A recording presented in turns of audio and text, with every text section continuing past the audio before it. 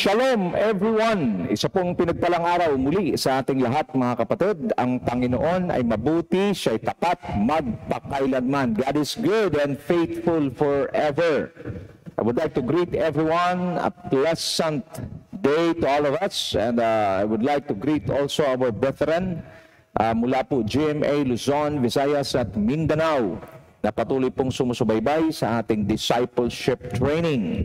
The purpose of this discipleship training, the objective is to bless you and to impart biblical principles for us to be established and empowered in the faith. Because we know that there are challenges ahead of us, and if we are equipped and we are empowered and established, we will be able to overcome all the challenges. And praise the Lord also sa lahat ng mga pastor, purihin ng Panginoon, binabati po namin kayo ng isa pong pinagpalang araw para sa ating lahat. The Lord bless you, the Lord keep you. Okay, sa mga nasa ibang bansa, magandang araw. Dito sa Pilipinas, magandang gabi. And I also bless and greet all the pastors together with their families and congregations.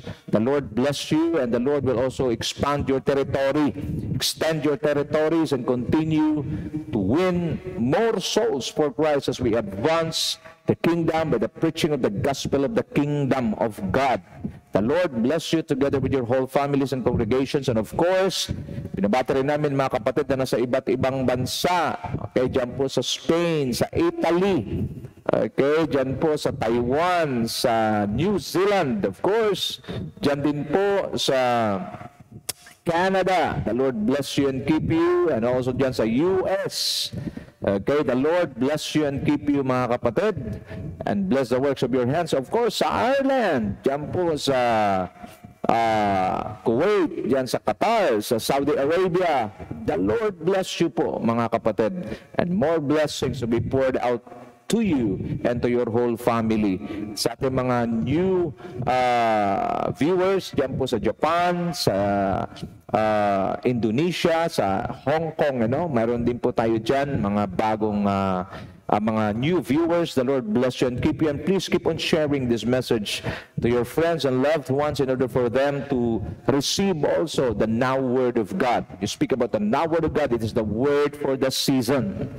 Relevant word for the season, okay, that will going to empower and establish us so that whatever we're going through, whatever challenges we're facing, we will become victorious because we are more than conquerors in Christ Jesus our Lord.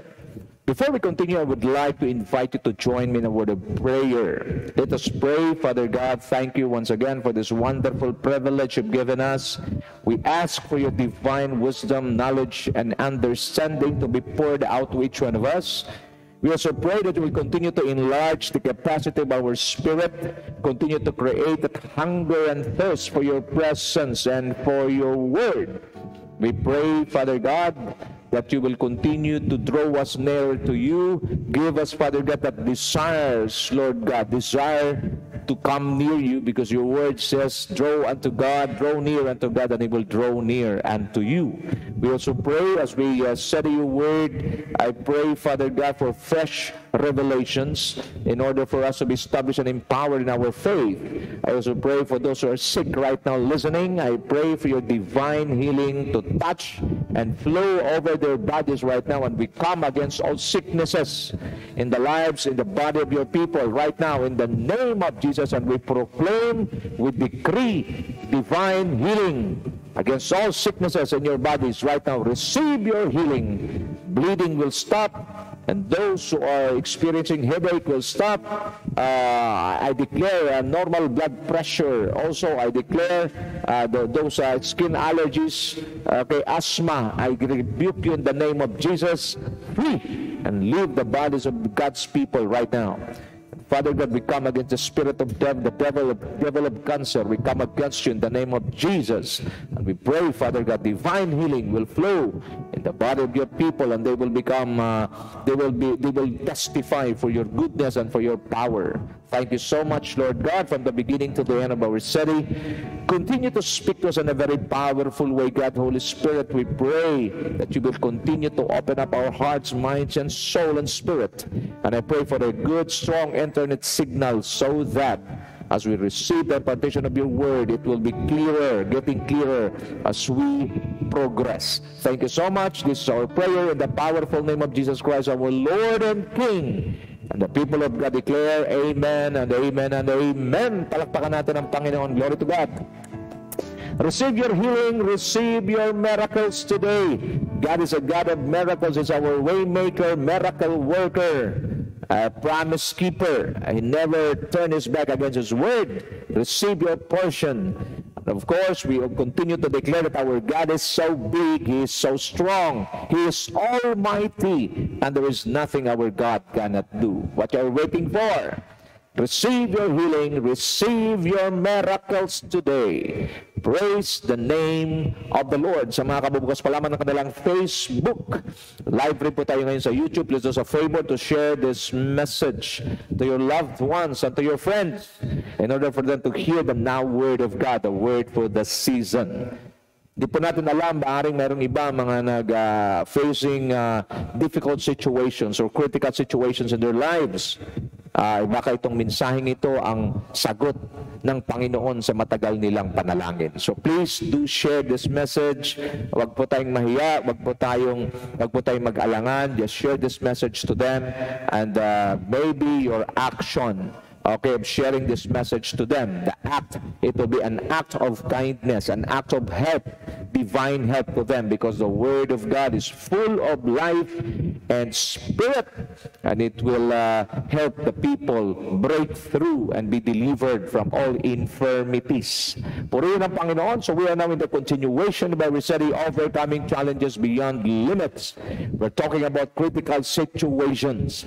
Whether we like it or not, there are situations, there are challenges that are beyond our limits. And as we continue our study, we found out that God allowed these things to happen with one purpose, for us not to depend on ourselves, but rather we will depend on God and rely on the strength of the Lord. I have this passage, as I read the Bible last night, 2 Corinthians chapter 2, Paul said to the people that they are being pressed down, they are being attacked, and they are being persecuted. And the good thing that I have read in that passage that says, Paul said that God allowed this to happen so that we will not rely on our strength, but rather we will put our confidence in God. You know what? The Lord is a God of purpose. He will not allow things to happen in your life without a purpose, whether it is unfavorable or favorable. For us, we believe in what the Bible says in Romans 8:28, that in all things, watch me now, in all things, God works for the good to those who love Him and those who are called according to His purpose. So a true believer of Christ is not, God does not rely on the condition or what is happening around him. Whether it is favorable or not, we know that in all things God works for the good. So that is why when God allows us to go through the valley, when God allows us to go through the darkest moment of our lives, let us trust Him, as what King David says. Even though I walk through the valley of the shadow of death, I will fear no evil. Why? For you are with me. God will never leave us nor abandon us, especially during tough times, during challenges beyond limits, during critical situations in our lives. God is there. But again, as what I've mentioned in our previous study, the teacher is silent during the exam. It simply means that it is your season to prove yourself. It is your season to apply what you've learned, what you've received from the Word of God. But it doesn't mean that God is not there. He is there, but it is your season to prove yourself. It is your season to pass the test. But if you are not able, and it's beyond your limits, it's beyond your capacity and ability, God is more than willing, and He is ready to release His grace for you to overcome. Purihin ang Panginoon. So, let's just have a sort of review. These are the principles of overcoming challenges beyond limits. Number one, know that God is in control. By the way, we are just exploring and studying 2 Chronicles chapter 20. This is the story about King Jehoshaphat facing a vast army because the Moabites, the Ammonites, and the Maonites came to wage war against King Jehoshaphat. And their numbers, the Bible described their numbers as vast army. Sa Tagalog po, kasing dami ng buhangin sa dalampasigan. And this situation brought Jehoshaphat to his limitations, and he considered and found out that this is a challenge beyond his limit. And that is why let us extract principles how Jehoshaphat overcame this challenge. Number one, know that God is in control. Whatever happens in our lives, maybe you don't understand what you're going through right now, but always believe, always hold on to the truth. You shall know the truth, and the truth will set you free. Your knowledge about the truth is the key for you to be set free. Know that God is in control, and God is totally in charge. Okay, there are things that beyond our comprehension, but just believe that God is in control and He is totally in charge. Number two, seek and inquire help from the Lord. Jehoshaphat, seek and inquire help from the Lord. 2 Chronicles 20 verse 3 to 4. Alarmed, Jehoshaphat resolved to inquire of the Lord, and he proclaimed a fast for all Judah. The people of Judah came together to seek help from the Lord. Indeed, they came from every town in Judah to seek Him. Always remember this. There are times that when critical situations will come into our lives and we're facing challenges beyond limits, seek and inquire help from the Lord. People who are around us, it's good to be with them.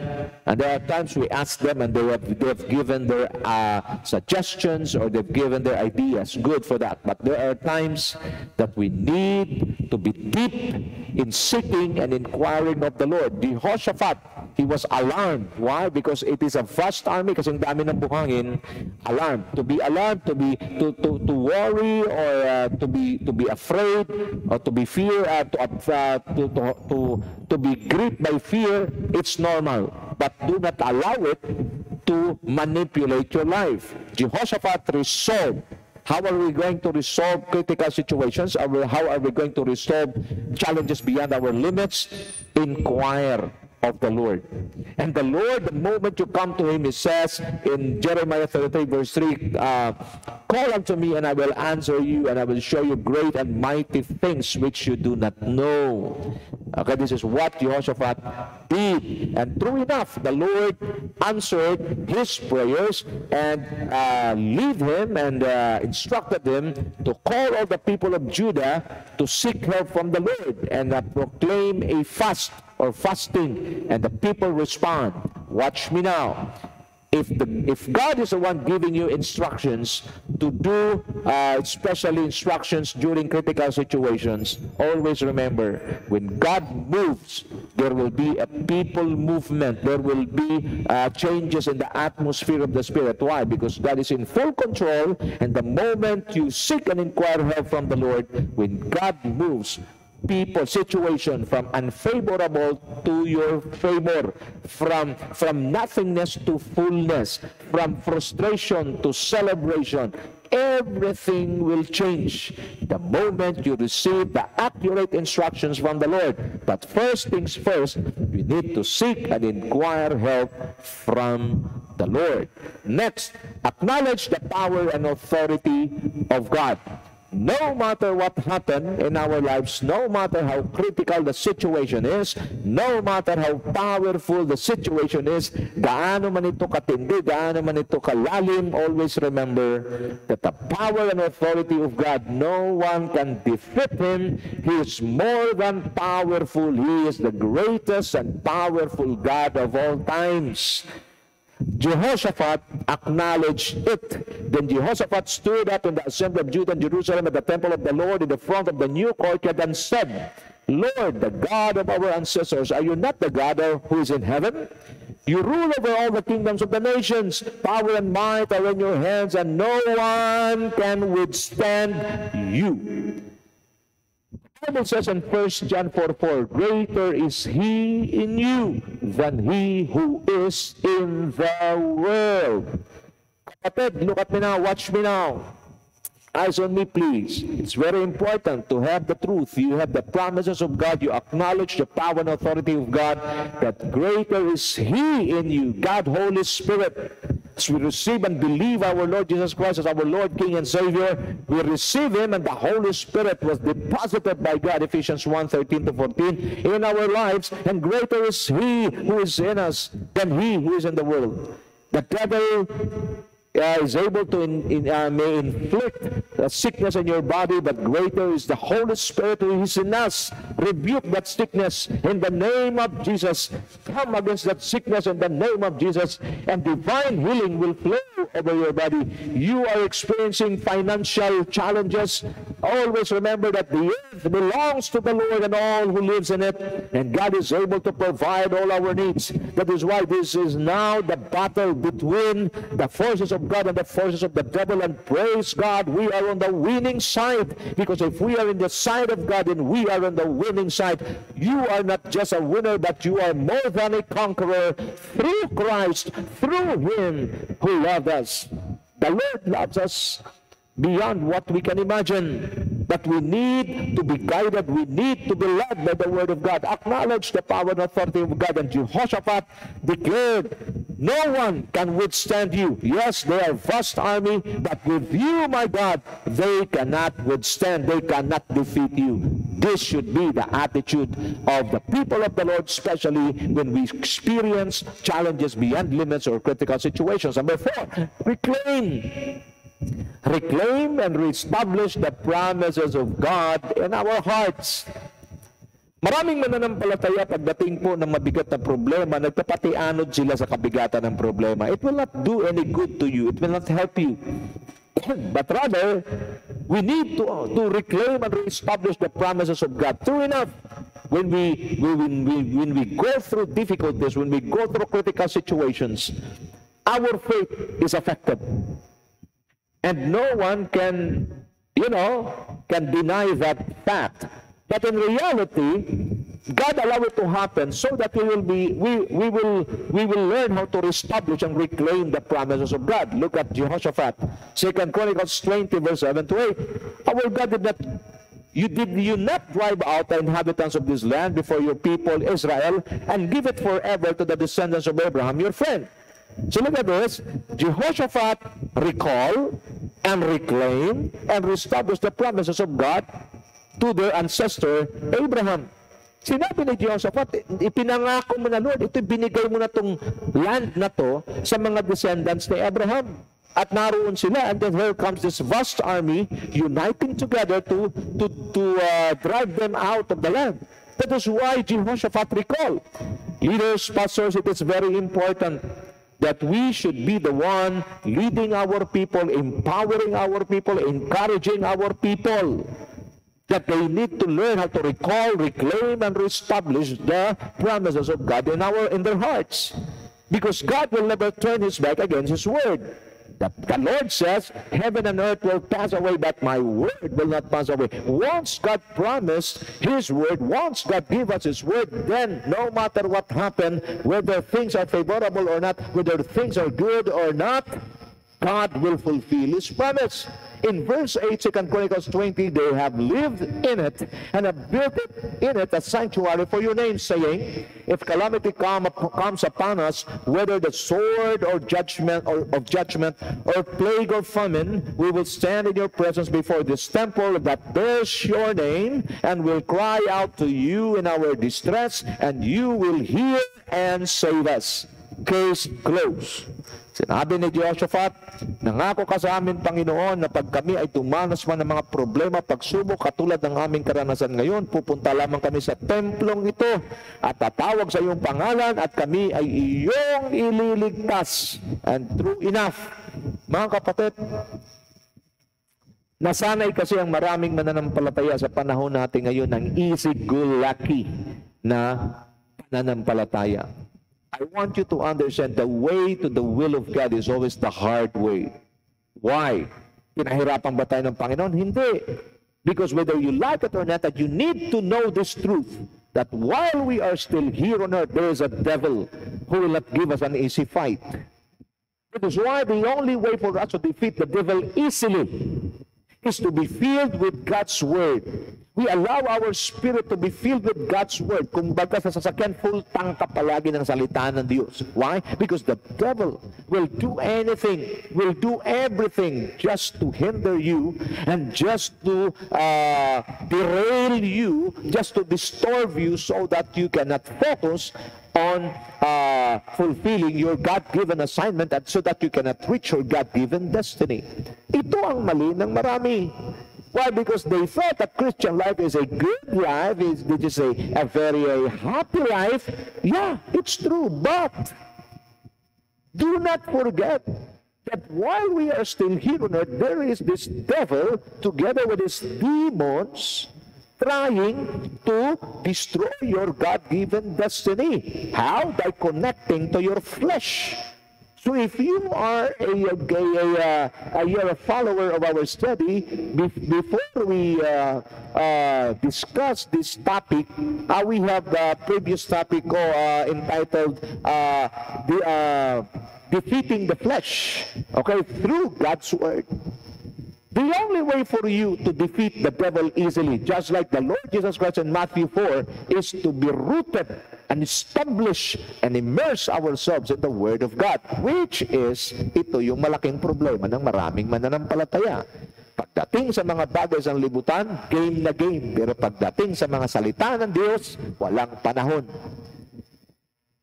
A Christian or a believer of Christ filled with God's Word, they are the kind of believers that the devil feared so much.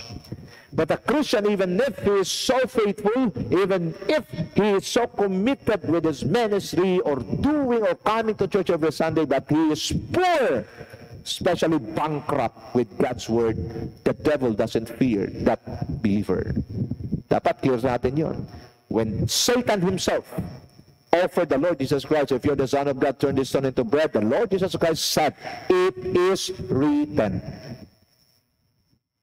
He referred to the Word. Man shall not live on bread alone by every word, but by every word that proceeds out from the mouth of God. And the devil quoted the Word of God in Psalms 91, verse 9 to 11, that says, if you're the Son of God, throw yourself, because he will send his angel to take charge over you. Watch me now. Even the devil knows the Word of God. Satan, when he told Jesus that verses, he doesn't hold a Bible in his hand. What does it mean? Even the devil knows the Word of God. And the sad truth is this, ang demonyo alam ang salita ng Diyos. Maraming Kristiyan hindi alam. Shame on us. That is why yung defeat na nagkukos para sa maraming mananampalataya na manatiling talunan, mahirap, at walang may papakitang pruweba ng pagiging matagumpay na mananampalataya ay naglilipa na. Bakit? Maraming tamad sa salita ng Diyos. Forgive me the term, but I love you with the love of the Lord. We should be diligent. We should fill our hearts. We should fill our minds, and we should fill our soul and spirit with the Word of God. There is no such thing. There is no other way for you to defeat the enemy but to be filled and established and be strong in the Word of the Lord. Nothing more, nothing less. No God's Word, no victory. Very, very clear. The devil flee in Matthew 4:11, and the devil left him. Watch me now. Because the Lord Jesus Christ showed us the pattern. It is written, it is written, it is written. It just simply shows that the Lord Jesus Christ is immersed, established, and rooted in the Word of God. By the way, He is the Word of God. But He showed us the pattern for us to easily overcome the devil. Ulitin ko, as long as we are here on earth, the devil will not give you an easy fight. He will do all that he can do to hinder you and to abort your God-given destiny. But the Lord Jesus Christ showed us an easy way how to defeat the enemy, and that is being rooted, and that is being immersed, and that is being established in the Word of God. You have to fill yourself with the Word of God, because the Word of God symbolizes possesses the sword of the Spirit, and we can easily cut, we can easily destroy all the works of the enemy. And if the devil knows that a person, a believer, is full of God's word, then the Bible says in Matthew 4:11, and the devil left him. But when I read the book of the Bible, in the book of Luke, the same scenario that Luke provided us a reminder. The devil left him and wait for an opportune time. Ang demonyo umalis, iniwan siya, pero naghihintay ng pagkakataon. Why?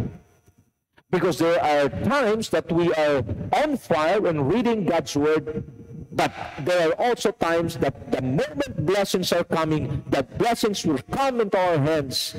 There's a big tendency that we focus on the blessing and we now begin to draw ourselves away from the Word. At hindi po ito kwentong kotsero, talagang totoong nangyayari.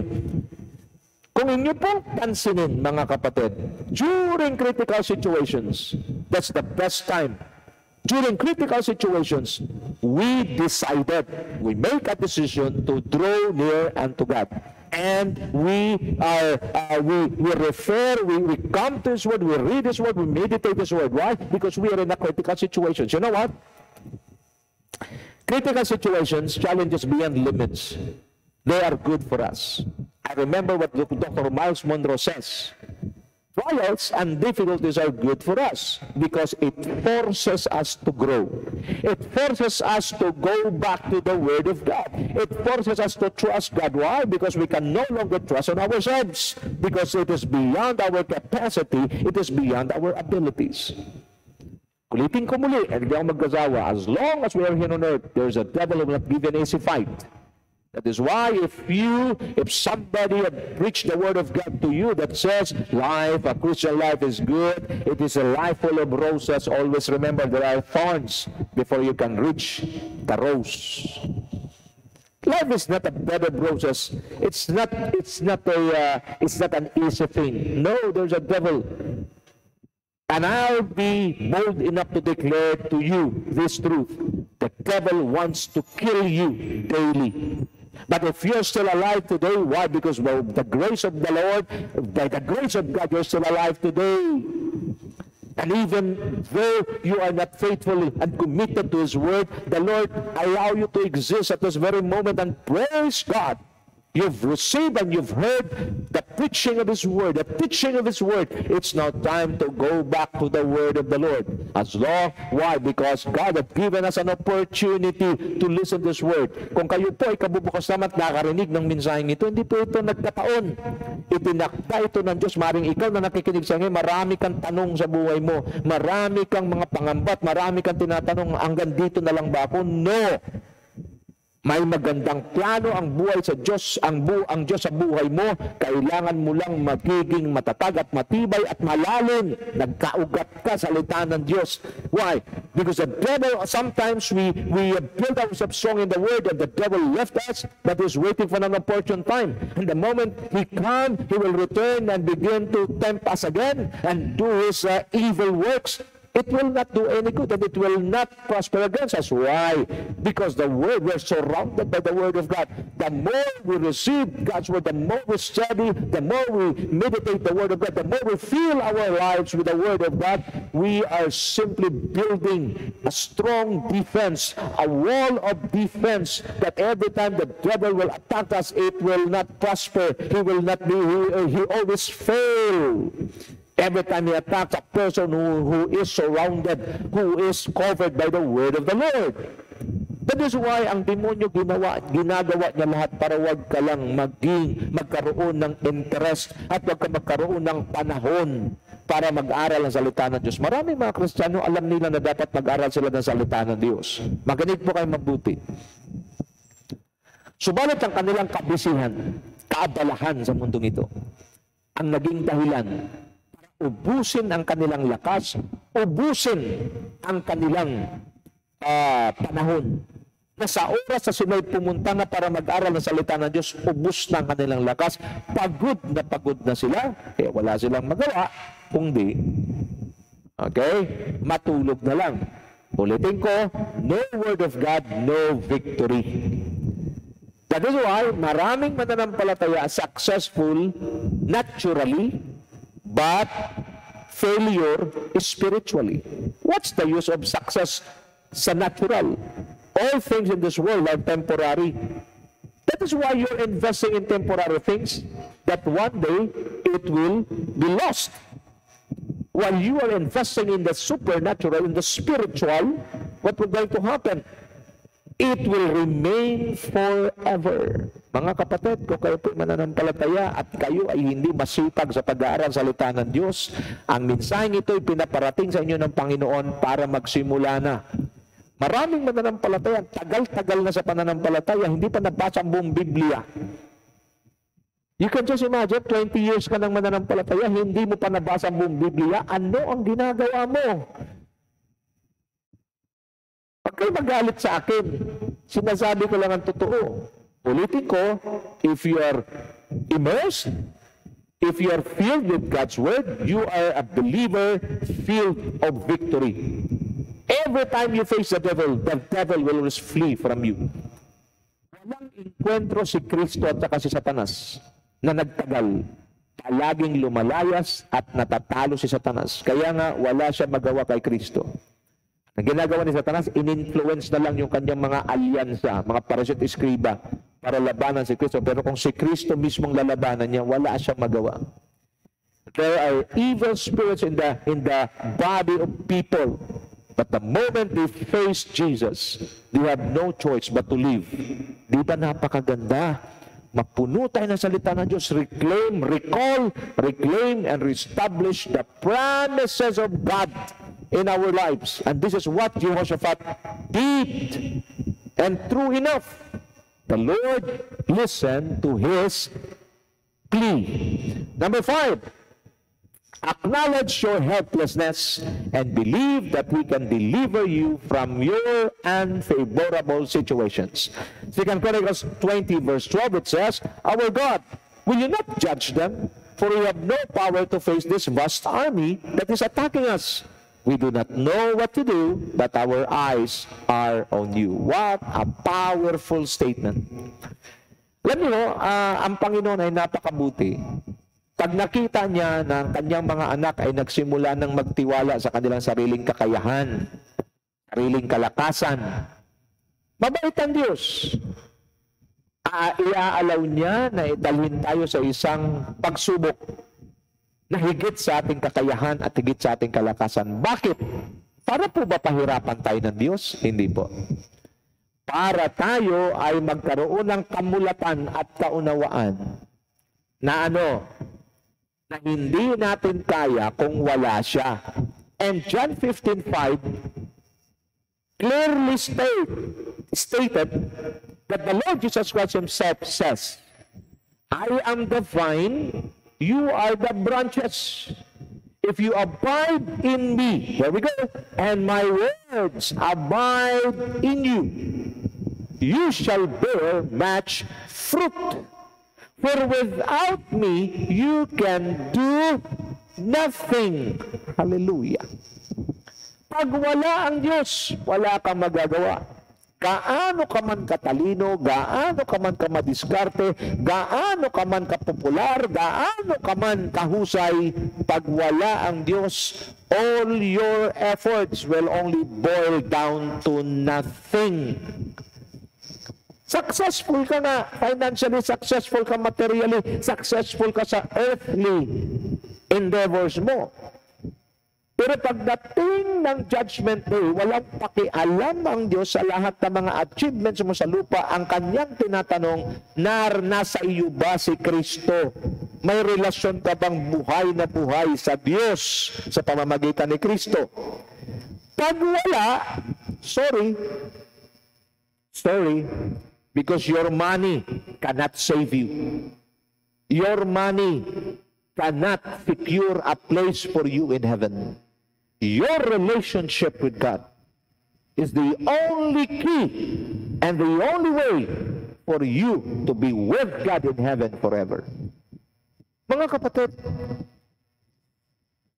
pag ang Diyos ay hinayaan ka na subukin higit sa iyong kakayahan, higit sa iyong abilidad. It is not to destroy you, but it is to remind you and to let you know that you need to be in partnership with Him in everything you do, whether it is small or huge, whether it is difficult or easy. God wants to be in partnership with us so that we can secure victory. Ulitin ko, if we are in the side of God, we are on the winning side. And the Bible clearly states in Romans chapter 8, verse 31, if God is for us, who can be against us? This is what Jehoshaphat did. We do not know what to do. These are vast armies.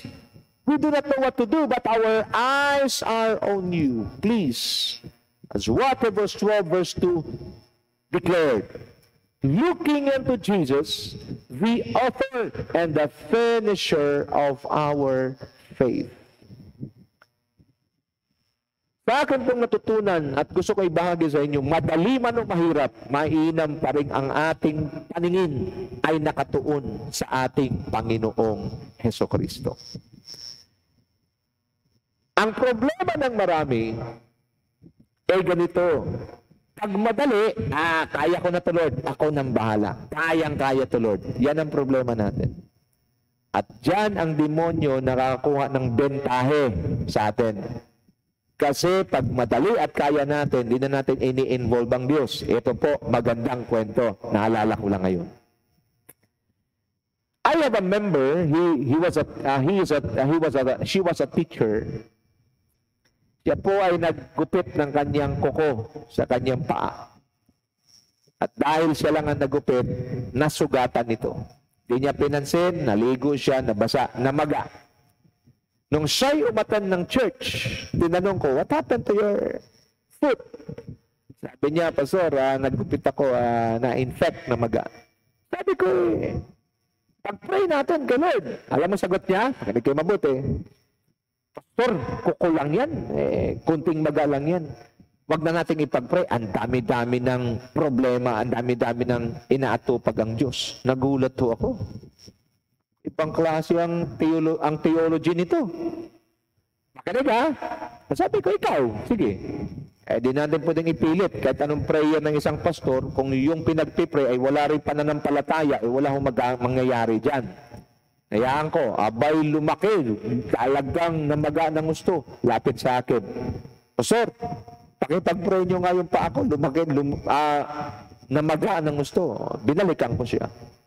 Huwag na natin pag-pray yan. Marami nang inaatupag ang Diyos. Diba yun ang sabi mo? Siya po ay nagulat at natawa. Yan ang sinasabi ko, I give her a lesson. Maliit o malaki ang problema.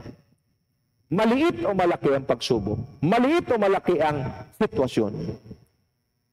Kailangan matuto tayong magtiwala sa Panginoon sa lahat ng panahon at pagkakataon. Ulitin ko, maliit o malaki ang problema, maliit o malaki ang hamon. Matuto tayong magtiwala sa Panginoon sa lahat ng pagkakataon at sa lahat ng panahon. Ano ang ibig kong sabihin? Para wag tayong magkaroon ng kumpiyansa sa ating sarili lamang, wag tayong manahan sa ating sariling kakayahan, wag tayong manahan sa ating sariling katalinuhan, kasi ang lahat ng ito ay mayroong hangganan at limitasyon. We should be in partnership with God in all ways at all times. Ito ang tanging seguridad na meron at mararanasan ng bawat mananampalataya. Be in partnership with God. It's so easy, Pastor. No way. Whether it is easy or difficult situation, be in partnership with God.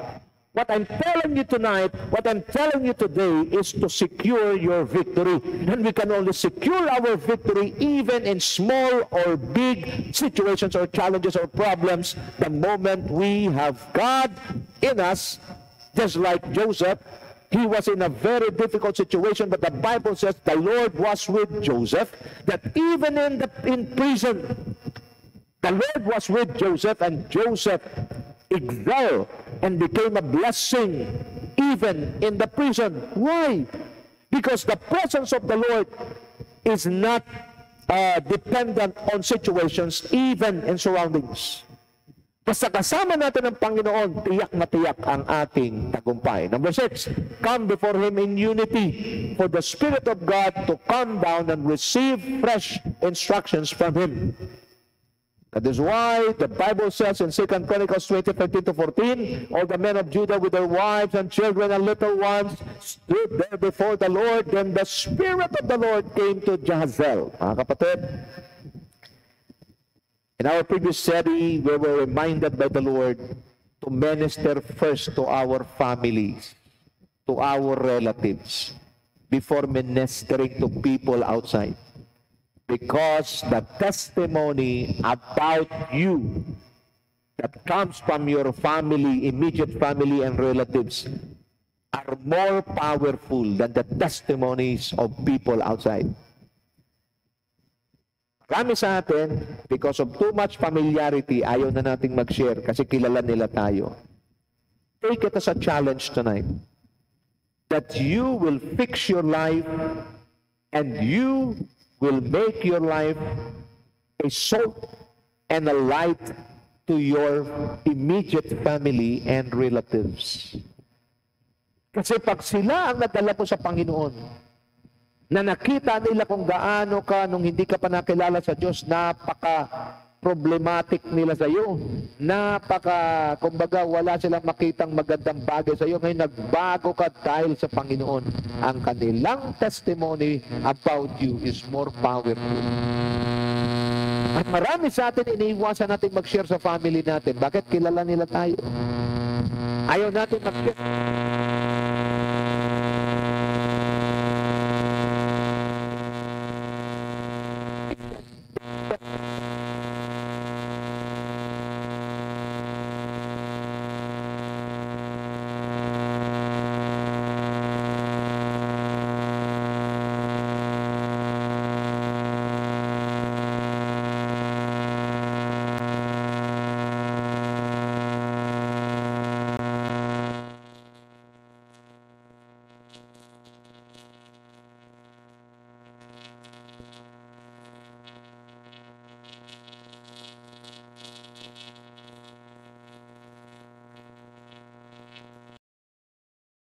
For the battle is not yours, but God's. Nagtatandaan, magaling. God is the best director of all times. If He allow you to go through critical situations beyond limits, He also knows what to do for you to overcome. And He's simply telling us tonight, the battle is not yours, but it belongs to God. Letter B, face the challenge head-on with God. Tomorrow, march down against them. Do not be afraid. Do not run away from your problems. Do not run away from your challenges. Nakakalungkot ha, marami mananampalataya ngayon. Pag sila naroon na sa mga challenges beyond limits, they begin to give up. And by giving up, they allow themselves. Ang iba, they turn to vices. The iba, they drink, believing, okay, having in mind, wala rin naman mangyayari, inom na lang ako. Kamangmangan yan. Face the challenge head on with God, not with any person, not with any group or whatever. There are challenges that you will going to face head on, but make sure you are facing it with God. Because if God is for us, no one can be against us. Number 3, take up your position. Letter C, take up your position, stand firm. Do not be afraid, and do not be discouraged.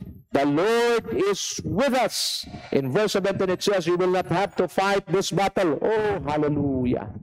You will not have to fight this battle. Take up your positions, stand firm, and see the deliverance of the Lord will give you. Judah and Jerusalem, do not be afraid, do not be discouraged. Go out to face them tomorrow, and the Lord will be with you. Praise the Lord. This is what Jehoshaphat experienced when you begin to believe that the Lord is in control, that the Lord is in control and the Lord is totally in charge, he inquired of the Lord. What else? He acknowledged the power of God, that God is the most powerful God and no kingdoms can defeat him. What else? He acknowledged, he come before him together with the people in unity. And this time he acknowledged that the battle is not his, but God's. And true enough, mga kapatid, all we need to do is to stand firm. Even if things are going against us, stand firm. Magpakatatag. Kasi pag tayo ay bumigay at pag tayo sumuko, ano pa ang laban na ating tatagumpayan? Maganda po ang sinasabi. Maganda po yung paalala na sinasabi ng karamihan. Ang nagtatagumpay, paano po ba sinasabi na yun? Ang nagwawagi, ang sumusuko ay hindi nagwawagi, at ang nagwawagi ay hindi sumusuko. Nakuha? Pag hindi ka susuko, mayroong tendency at may chance ka na magwagi. Pero kung ngayon pa lang sumusuko ka na o sumuko ka na, wala ka ng chance para magwagi. The choice is yours. If you do not quit, winners don't quit. But quitters don't win. It is very clear. Wala pa ako nakitang nag-quit na nanalo. Pero yung mga hindi nag-quit, nagkaroon ng chance na manalo. At maraming nangyaring ganyan. Watch me now. When God allows you to go through difficult situations, critical situations, when God allows you to go through challenges beyond limits, ulitin ko, God doesn't mean to destroy you. But He is just reminding you that He wants to go with you and to be in partnership with you in winning all the battles in life with you. But the moment you begin to believe and trust in your own ability and capacity, then that's the beginning of your fall. And many believers experience this thing because of lack of knowledge of the Word of God. That is why God is sending preachers and teachers of the Word, reminding the people of God that we should be filled with God's Word, that we should build ourselves strong in the Word, that we should, that our principles in life must be rooted and must be based in the Word of God. Stand firm. Do not give up. Maybe some of you listening right now, you're almost giving up. You are now making decisions to give up. No, stand firm. Do not be afraid. Do not be discouraged. The Lord is with you. God will not take you to a battle without His presence. God will not take you to a battle without His presence. God will not let you walk in a dark valley, in a shadow valley where the shadow of death is, if He will not go with you. God is not taking you in that situation that you are in right now without His presence. He is with you. That is why you need to give time, to make time to listen to His Word. And I know tonight, the Lord that touched your heart, the Lord that touched your spirit, your soul, and the Spirit of the Lord, there's a fire right now from the Spirit of the Lord igniting your spirit to once again arise and to take charge, arise and take dominion, arise and become victorious. Number 8, praise and worship God in spite of your unfavorable situations. Most of the time, believers, when they are going through tough times, difficulties, it is a difficult thing for them to praise and worship God. But Jehoshaphat is different. Look at this. 2 Chronicles 20 verse 18 to 19. Jehoshaphat bowed down with his face to the ground, and all the people of Judah and Jerusalem fell down in worship before the Lord. Pastors, It is very important that we show that we should be the example of how to overcome challenges beyond limits, what to do in times of crisis, what to do during critical situations. Jehoshaphat, as the king of Judah, showed a very powerful example. He bowed down his face to the ground. As he continued to acknowledge the power of God, he continued to acknowledge that the battle is not his but belongs to the Lord. He would praise and worship God. And the people, when the people saw him, they also fell down in worship before the Lord. Then some Levites from the Kohathites and Korahites stood up and praised the Lord, the God of Israel, with a very loud voice. Oh, my friends, during critical situations, during unfavorable situations, during difficult situations, the devil wants to silence us. But don't you know that God allowed this to happen so that the devil mabingi ang demonyo? Bakit? Because during critical situations, he wants to silence us. But this is also the best time for the people of God to praise and worship the Lord. Palakpakan natin ang Panginoon. Glory to God. Sambahin natin ang Diyos. Awitan natin ang Diyos. Sumayaw tayo sa Diyos. Ito yung kanilang ginawa. Don't you know that their enemies are vast armies? Kasi ang dami ng buhangin sa dalampasigan. Pero they managed to worship and praise the Lord. Why? Because they live their lives according to the principles of what the Bible says. A person rooted, a person immersed in the Word of God, he can still worship and praise God even in difficult times. What's the revelation behind? Praising and worshiping God during untoward situations brings relief and comfort in our hearts. Kasi mag-iinarte tayo yung emosyon natin. Panginoon, bakit ako? Bakit dito nangyari? Stop that! Gawain lang yan ng immature. Ang matured believer ay ganito. Praising and worshiping God during untoward situations, during critical situations brings relief and comfort in our hearts. Pinadali na nga ng Diyos. Nandiyan na sa cellphone natin, ipi-play mo na lang, sabayan mo na lang. Kung ayaw mo naman, kumanta ka ng isa, mula sa puso mo, magsamba ka sa Panginoon. Yan po ang dapat ginagawa. Prinsipyo po yan.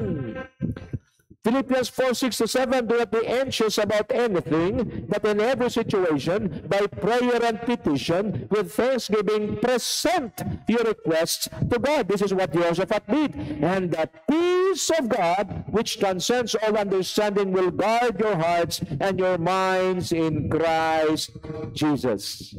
Friends, these are the principles that God has given us to overcome challenges beyond limits or critical situations.